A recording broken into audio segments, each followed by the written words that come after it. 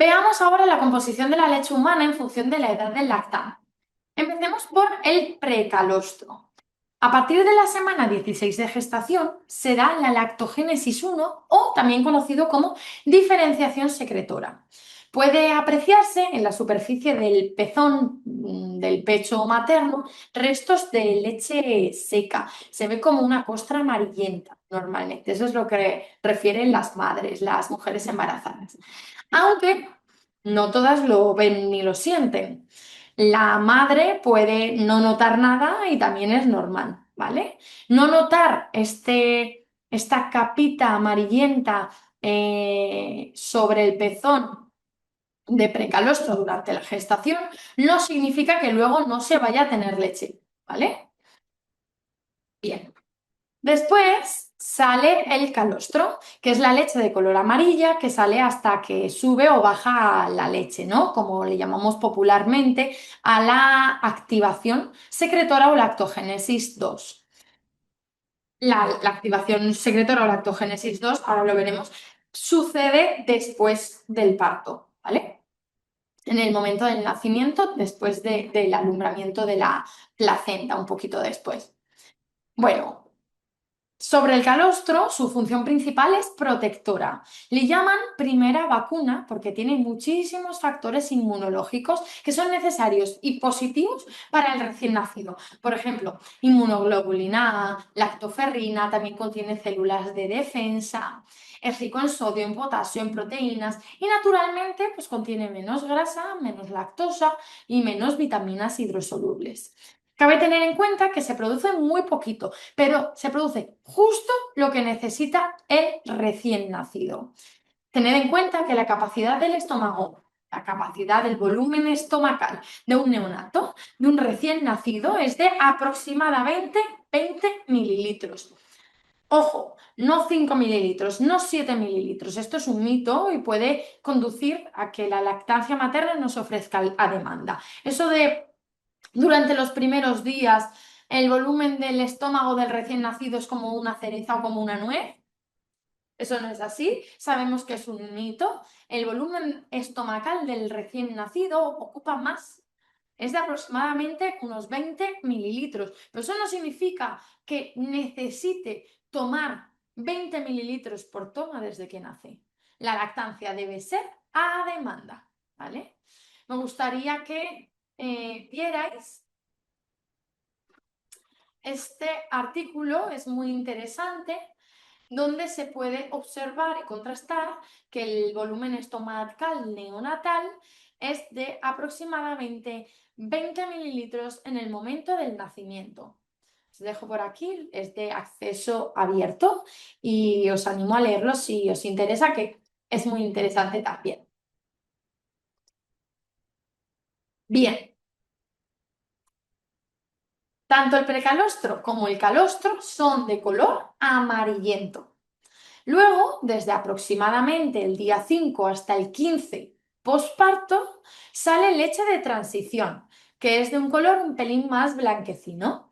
La concentración de inmunoglobulinas, de vitaminas liposolubles y de proteínas totales disminuye, pero el contenido graso, el calórico, por lo tanto, y también las vitaminas hidrosolubles aumentan.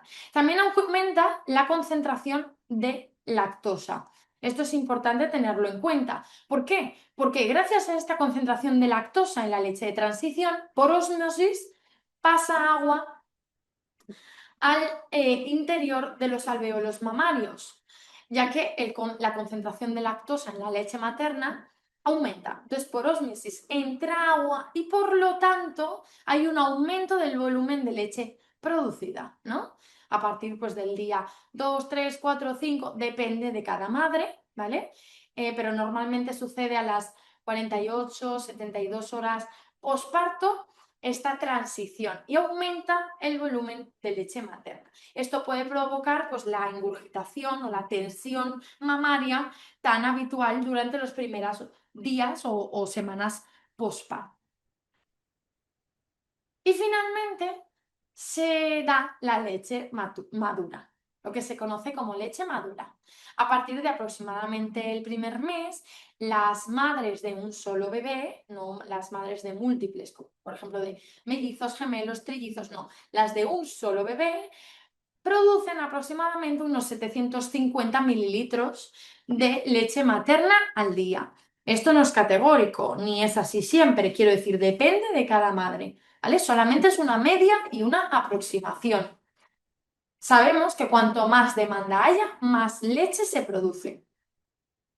La leche madura, concretamente, está compuesta por tres fases: la fracción emulsión, la parte grasa, la fracción suspensión, que es la parte proteica, y la fracción solución, que es la fase hidrosoluble, que es la que contiene el agua y los componentes hidrosolubles, como por ejemplo pues las vitaminas hidrosolubles, la lactosa, las enzimas, los minerales, ¿vale? La leche madura mantiene una composición más o menos estable hasta el final de la lactancia, hasta el destete. Digo más o menos porque, tal y como hemos visto en esta diapositiva de antes, la leche materna en algunos componentes concretos va variando a lo largo de la lactancia, por ejemplo, las proteínas y los lípidos, ¿vale? Bien. Continuemos. Veamos ahora la composición de la leche humana en función de la dieta materna.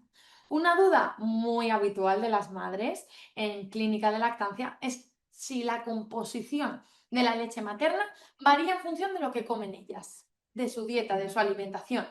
La realidad es que varía muy poquito entre distintas madres, aunque reciban dietas muy distintas. Sí que es verdad que el perfil lipídico, el perfil graso de la leche humana, es lo que más varía en función de la dieta materna. Varía el tipo de grasa, pero no la cantidad. Sabemos que los nutrientes presentes en la leche materna proceden tanto de la dieta de la madre como de sus reservas de nutrientes que han ido almacenando en su cuerpo durante toda la gestación, incluso antes, y que el estado nutricional de la madre no modifica significativamente la composición de la leche materna. Sí que es cierto que no se recomiendan dietas de 1.800 kilocalorías en madres lactantes. Y también cabe tener en cuenta que tomar ciertos alimentos no aumenta la producción de leche materna. Por ejemplo, tomar almendras, tomar leche o tomar agua no aumenta la producción de la leche materna. A nivel fisiológico, la producción de la leche materna depende en gran parte de la demanda del lactante. Si hay demanda, si hay estimulación mamaria frecuente, si se responde a la demanda frecuente naturalmente del lactante, hay producción de leche materna en la gran mayoría de los casos, ¿vale? Bien. Lo que sí varía notablemente es la organoléptica, como dejo por aquí. ¿La organoléptica de qué? Pues de la leche materna en función de lo que coma la madre lactante. Es decir, lo que pueden variar son los colores y los sabores de la leche materna. Sabemos que si la madre come, por ejemplo, alcachofas, ajos, espárrago, cebolla, los flavores de estos alimentos se transfieren por la leche materna y el bebé es capaz de apreciarlos.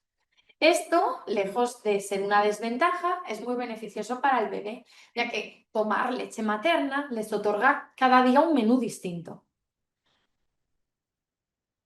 Para que nos entendamos, sabemos que si la madre come regularmente este tipo de alimentos, aunque tengan un sabor más fuerte, se puede el bebé acostumbrar a estos alimentos. Es decir, esto se ha relacionado con una habituación por parte del lactante a estos alimentos y a una mejor aceptación de ellos en etapas posteriores. La composición de la leche materna también cambia durante la toma, como adelantaba antes. Puede variar en función de una misma toma. Sabemos que la primera parte de la toma, en la primera parte la leche es más rica en agua y en azúcar, así satisfaciendo pues la sed, ¿no? Las necesidades hídricas del lactante. Y después, hacia el final de la toma, es gradualmente aumenta su contenido en grasa, aportando pues más energía que sacia al lactante. Por eso es importante y recomendable que el lactante termine de mamar de un pecho antes de ofrecerle el otro. Cuando se suelte del primero, de manera espontánea, se le ofrece el segundo. Y si tiene hambre, lo aceptará. Y si no, pues nada, pero se le ofrecen ambos. Es decir, se trata de respetar la demanda del lactante, no solamente en cuanto a ofrecer, sino en cuanto a terminar la toma. No lo he puesto aquí, pero me gustaría recalcar también que la lactancia materna presenta una variación circadiana, es decir, una variación de su composición en función del ritmo circadiano. Sabemos que la cantidad de grasa es mayor por la mañana y por la tarde-noche menor. Pero por la tarde-noche sabemos que contiene más melatonina y más triptófano, lo que ayuda al lactante a conciliar el sueño. Es decir, la leche materna puede modular el ritmo circadiano de los bebés que toman pecho, ayudándoles pues, a estabilizar sus ciclos de sueño tanto de día como de noche. Y la lactancia materna también varía si la madre o el bebé están pasando por algún proceso infeccioso. ¿Cómo? Pues aumentando la cantidad de células defensivas en la propia leche materna.